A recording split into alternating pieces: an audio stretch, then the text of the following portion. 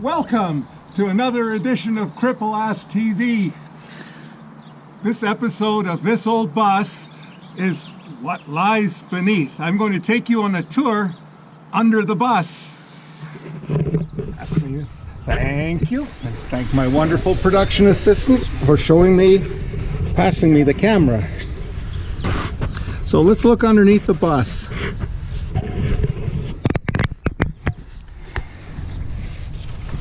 Okay, let's get back into position a little bit. And yeah, it's a little bit fun getting underneath these vehicles, but before we start into this, safety first. The bus is up on blocks, actually little mini ramps, one on each side. And I got a big 20-ton bottle jack sitting underneath the beam. And way in the back, I've got blocks behind the rear wheels. And I also have the handbrake set. So let's get to it.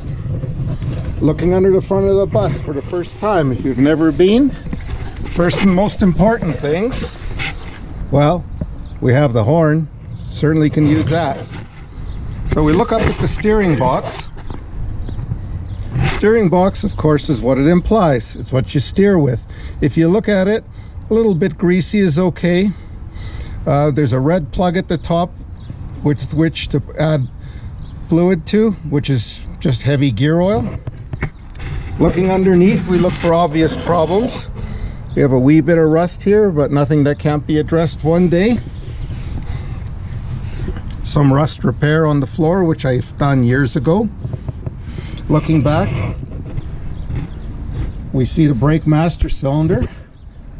Stopping is pretty darn important, so you don't want to see any leaks from this thing. I should have rubber booties over the terminals, but good ones are hard to get, so I just put a little bit of silicone grease on the terminals to keep the water out. So we look towards the front suspension. This is what holds the bus up. Let's look again for leaks and other problems. You don't have to be a mechanic to do this sort of thing. So we see that it's been recently greased as there's grease falling out. And if we look at the inside of the wheels, we don't see any wetness or fluid leaking. A close look at the rubber booties that sit underneath the suspension. Those rubber booties should be relatively clean and not have any rips in them. Same thing with this on the tie rod here. Same thing. Rubber booties should look good. In the middle, rubber booties should look good. So going to the other side, we repeat, we look, oh yeah, there's recent grease. Good idea. And we look at the rubber booties. The rubber booties are all good. Nice. So, as we look underneath, look at overall condition, make sure there's no wiring hanging down too far, something that could get snagged. Look at the shock absorbers too. These bolts that hold them have been known to come loose, and they'll create a squeak that you would never suspect in these front ends unless you were to check the bolts for tightness. So let's slide along under the bus. Oh, this is so much fun. Gives new meaning to getting thrown under the bus, except this is voluntary. So looking at the back side of the front componentry, we see the brake lines. Brake lines should look good. The rubber should not have any cracks in it, and there should be no leaks.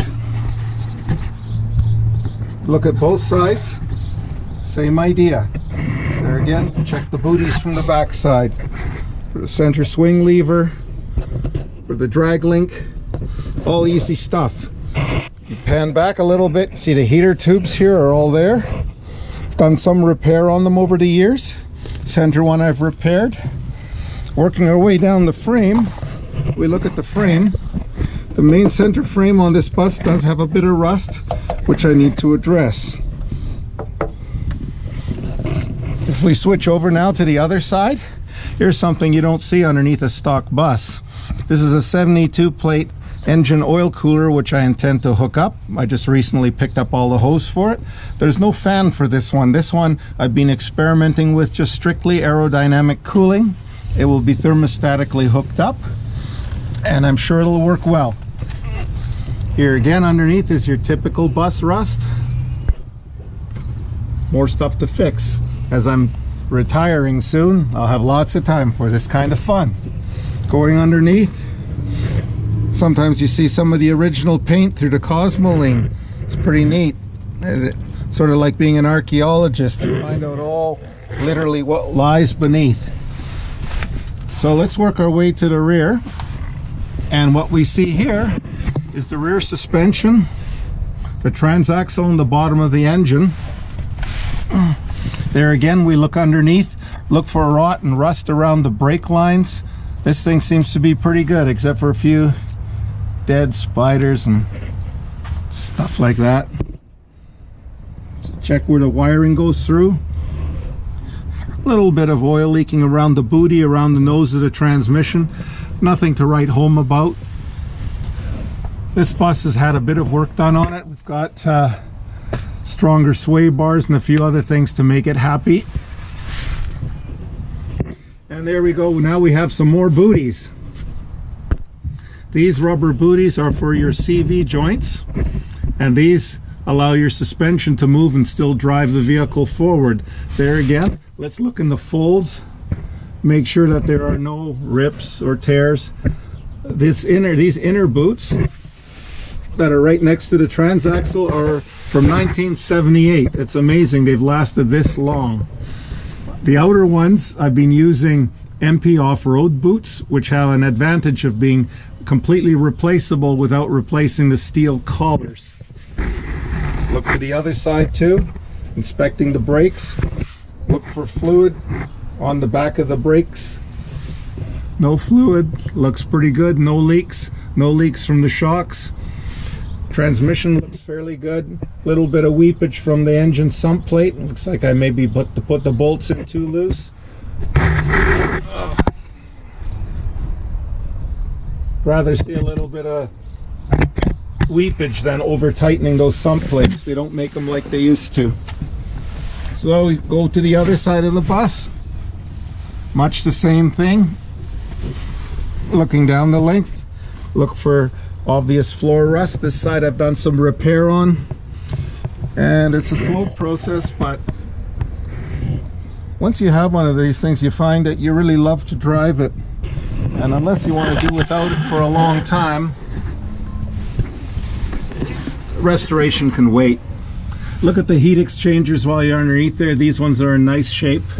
They're not original. I bought them back 1992. And you can see the exhaust system. So see, things are not too bad. While you're under here, look up at the fuel lines. Very critical. These fuel lines should be replaced every couple of years without fail. This is you just cannot afford to have fuel leaks. Just to be on the safe side, I just found that one of my hangers is loose. Let's put that up in there.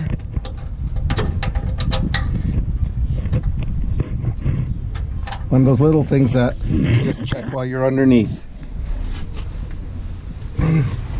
So we'll slide forward again.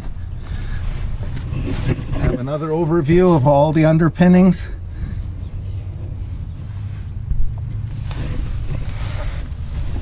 And we'll remove ourselves from the underside of the bus. Oh. And there's your typical rocker panel. Needs some work too. I think I'm just going to cut it all out and weld in new stuff. Let's back right out.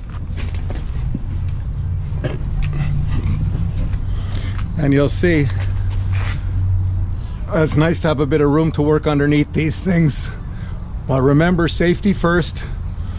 Block the wheels, set it in gear, set the handbrake, make sure it can't move. So thank you all for watching another episode of Cripple-Ass TV, presenting This Old Bus, episode 3, What Lies Beneath. Signing off.